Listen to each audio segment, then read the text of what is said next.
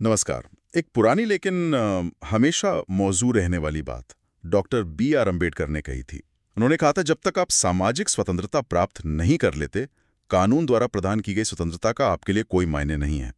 और ये बात आज भी उतनी ही सच लगती है, खासकर जब हम द प्रिंट में छपे एक हालिया विश्लेषण को देखते हैं। आज हम इसी विश्लेषण के आधार पर भारत में जाति, न्याय और राजनीति के जो उलझे हुए धागे हैं, उनको सुलझाने की कोशिश करेंगे। मुद्दा है भारत के मुख्य न्यायाधीश से जुड़ी एक कह सकते हैं चौंकाने वाली घटना और उसके गहरे मायने। ये चर्चा उन सभी के लिए अहम है जो भारत के सामाजिक राजनीतिक माहौल को समझना चाहते हैं, और हाँ, यूपीएससी प्रीलिम्स और मेंस की तैयारी करने वालों के लिए तो ये खास तौर पर जरूरी है। तो चलिए शुरू करते हैं इस मामले की गहराई में उतरना। शुरुआत करते हैं उस घटना से जिसने सबको चौंका दिया। भरी अदालत में देश के सर्वोच्च न्यायाधीश चीफ जस्टिस ऑफ इंडिया पर जूता फेंका गया। ये तो अपने आप में अभूतपूर्व है। बिल्कुल।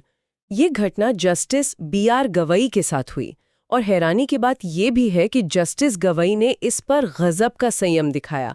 वो बिल्कुल शांत रहे। हाँ, मैंने भी पढ़ा, जैसे कुछ हुआ ही ना हो। हाँ, बिल्कुल वैसे ही।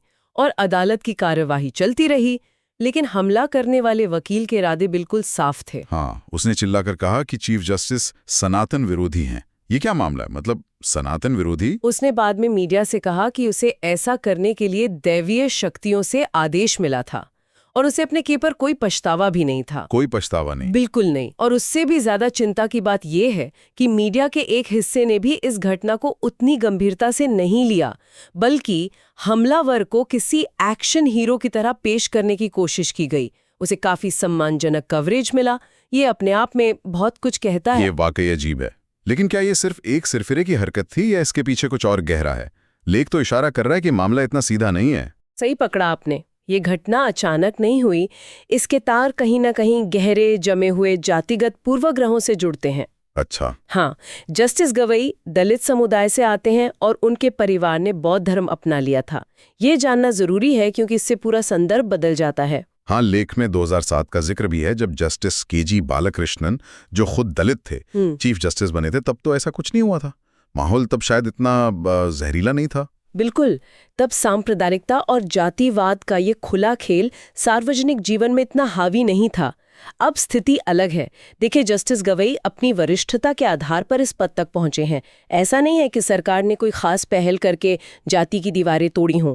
लेकिन हिंदुत्व की विचारधारा वाले कट्टरपंथी इस बात से खुश नहीं थे कि देश का सबसे बड़ा न्यायिक पद एक ऐसे व्यक्ति के पास है जो न सिर्फ दलित है, बल्कि जिनका परिवार हिंदू धर्म छोड़कर बौद्ध बन चुका है। बिल्कुल।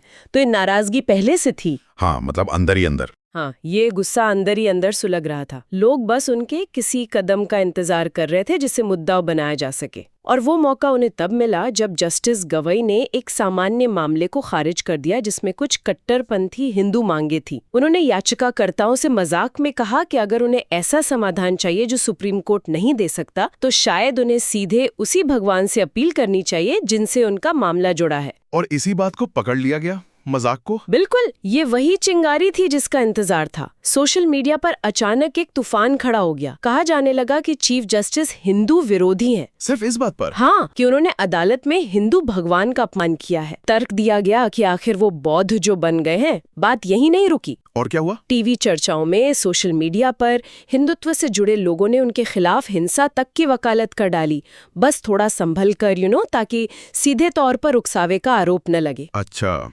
नाथुराम गोडसे का महिमा मंडन होने लगा।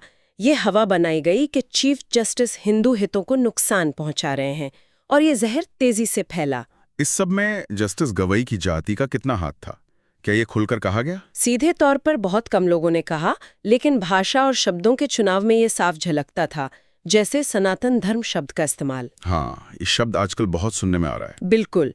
वैसे तो इस शब्द के कई मतलब हो सकते हैं, लेकिन हाल के दिनों में ये हिंदू धर्म के ब्राह्मणवादी ऊंची जाति वाले रूप के लिए एक कोडवर्ड जैसा बन गया है। अच्छा, ये सनातन धर्म वाला मामला थोड़ा और समझाएंगे? ये कोडवर्ड कैसे काम कर रहा है? हाँ, देखिए, होता क्या है कि दक्षिण भारत में डीएमके जैसी पार्टियां सनातन धर्म का इस्तेमाल ब्राह्मणवादी वर्चस्व पर हमला करने के लिए करती हैं। वहीं उत्तर भारत में ये शब्द एक ऐसे रूढ़िवादी हिंदू धर्म की तरफ इशारा करता है जिसमें दलितों के लिए जगह बहुत कम है या है ही नहीं। तो जब जस्टिस गवई के आलोचक कह रहे थे कि वो सनातन धर्म को नहीं समझते या उसमें उनकी कोई जगह नहीं है, तो उनका असली मतलब क्या था? उनका असली मतलब यही था कि जस्टिस गवई एक दलित हैं, इसलिए वो इस ऊंचे धर्म के दायरे से बाहर हैं।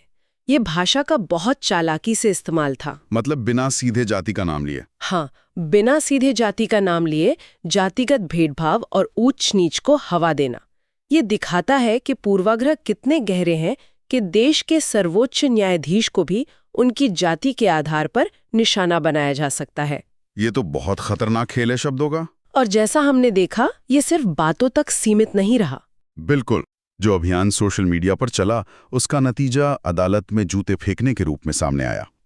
जस्टिस गवई की शांति तो ठीक है, काबिले तारीफ थी, लेकिन हमलावर का सनातन विरोधी चिल्लाना दिखाता है कि उसके दिमाग में क्या भरा गया था। सोशल मीडिया पर तो ये सब चल रहा था, लेकिन जमीन पर क्या हुआ? क्या ऐसे नफरत फैलाने वाले लोगों पर कोई कार्रवाई हुई?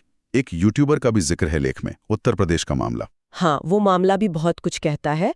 उत्तर प्रदेश में एक यूट्यूबर है जो नफरत फैलाने वाले वीडियो बनाता है। उसे नोएडा पुलिस ने उठाया। सबको लगा कि अब शायद उसे हिरासत में लिया जाएगा, कुछ कार्रवाई होगी, लेकिन हुआ कुछ और ही। क्या हुआ? कुछ खास नहीं हुआ।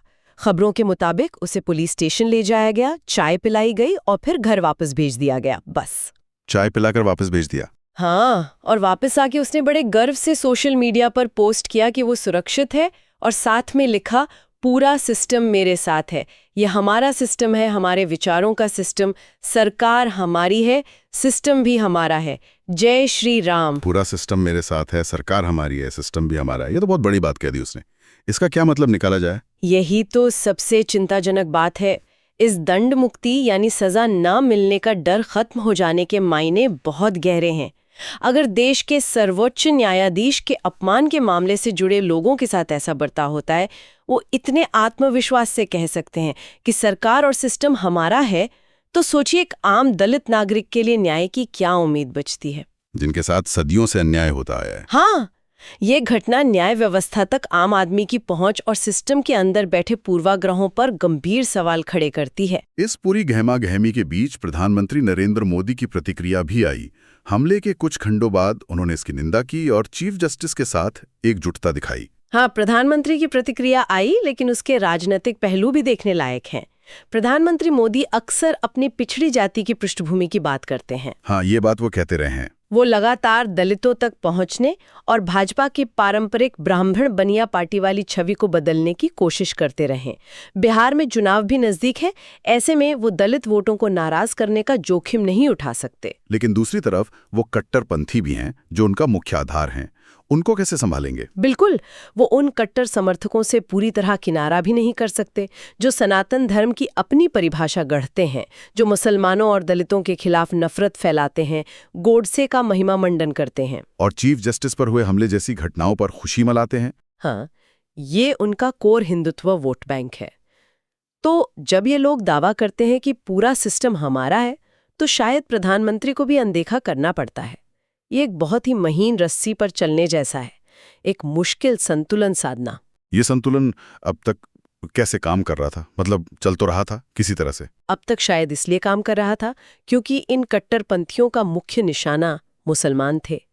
लेकिन लेख ये सवाल उठाता है कि तब क्या होगा जब नफरत का निशाना पूरी तरह से सांप्रदायिकता से हटकर जातिवाद की ओर मुड़ जाएगा? हाँ, ये एक बड़ा सवाल है। क्या तब भी ये संतुलन बना रहेगा? ये एक बड़ा सवाल है। तो कुल मिलाकर ये लेख एक बहुत ही जटिल तस्वीर पेश कर रहा है। एक तरफ समाज में गहरा था जातिवाद और नफरत है, जो हमारे संवैधानिक मूल्यों के खिलाफ है। दूसरी तरफ राजनीतिक मजबूरियां हैं, जहां वोट बैंक और विचारधारा के बीच संतुलन बनाने की कोशिश हो रही है। सही कहा। और लेख का अंत इसी बुनियादी सवाल पर होता है, क्या इस नफरत और इसे फैलाने वालों पर लगाम लगाई जा सकती है? क्योंकि अगर ऐसा नहीं हुआ तो इसका नुकसान सिर्फ निचली जातियों तक ही सीमित नहीं रहेगा। ये नफरत आखिरकार खुद प्रधानमंत्री की राजनीतिक संभावनाओं को भी चोट पहुंचा सकती है। हम एक बहुत ही नाजुक मोड़ पर खड़े हैं। तो मतलब आने वाले कुछ महीने शायद अहम होंगे। हाँ, शायद आने वाले कुछ महीने बताएंगे कि ऊंट किस करवट बैठता है। तो संक्षेप में कहें तो चीफ जस्टिस पर हुआ ये हमला सिर्फ एक घटना नहीं है। ये भारत में जाति के गहरे दबे हुए मुद्दों, हिंदुत्व की राजनीति की भूमिका, हमारी न्याय व्यवस्था पर उठते सवालों और सत्ता के गलियारों में चल रहे जटिल राजनीतिक समीकरणों का एक आईना है। और यूपीएससी की तैयारी करने वालों के लिए ये एक बेहतरीन केस स्टडी है जो सामाजिक न्याय, भारतीय राजनीति और शासन प्रणाली के आपसी रिश्तों को समझने में मदद करती है। और शायद हम सभी को ये सोचने की जरूरत है कि कैसे समाज में गहराई तक बैठे पूर्वाग्रह ऊंचे से ऊंचे संस्थानों की प्रतिक्रियाओं को भी प्रभावित कर सकते हैं। सच्ची बराबरी और न्याय के लिए सिर्फ राजनीतिक बयानों से आगे बढ़कर कौन से ठोस जमीनी कदमों की जरूरत है?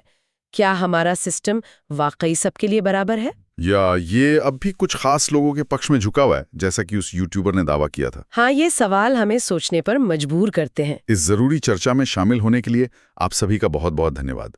हमें उम्मीद है कि इस विश्लेषण से आपको मौजूदा हालात की एक गहरी समझ मिली होगी। चाहे आप यूपीएससी प्रीलिम्स और मेंस की तैयारी कर रहे हों या सिर्फ एक जागरूक नागरिक के तौर पर इन मुद्दों में रुचि रखते हों। अगर आपको ये बातचीत फायदेमंद लगी तो इसे लाइक जरूर करें, हमारे चैनल को सब्सक्राइब करें और कमेंट सेक्शन में अपने विचार या सवाल जरूर लिखें। हमें आपकी प्रतिक्रिया का इंतजार रहेगा। अगली बार फिर मिलेंगे एक और अहम विषय पर गहराई से बात करने के लिए।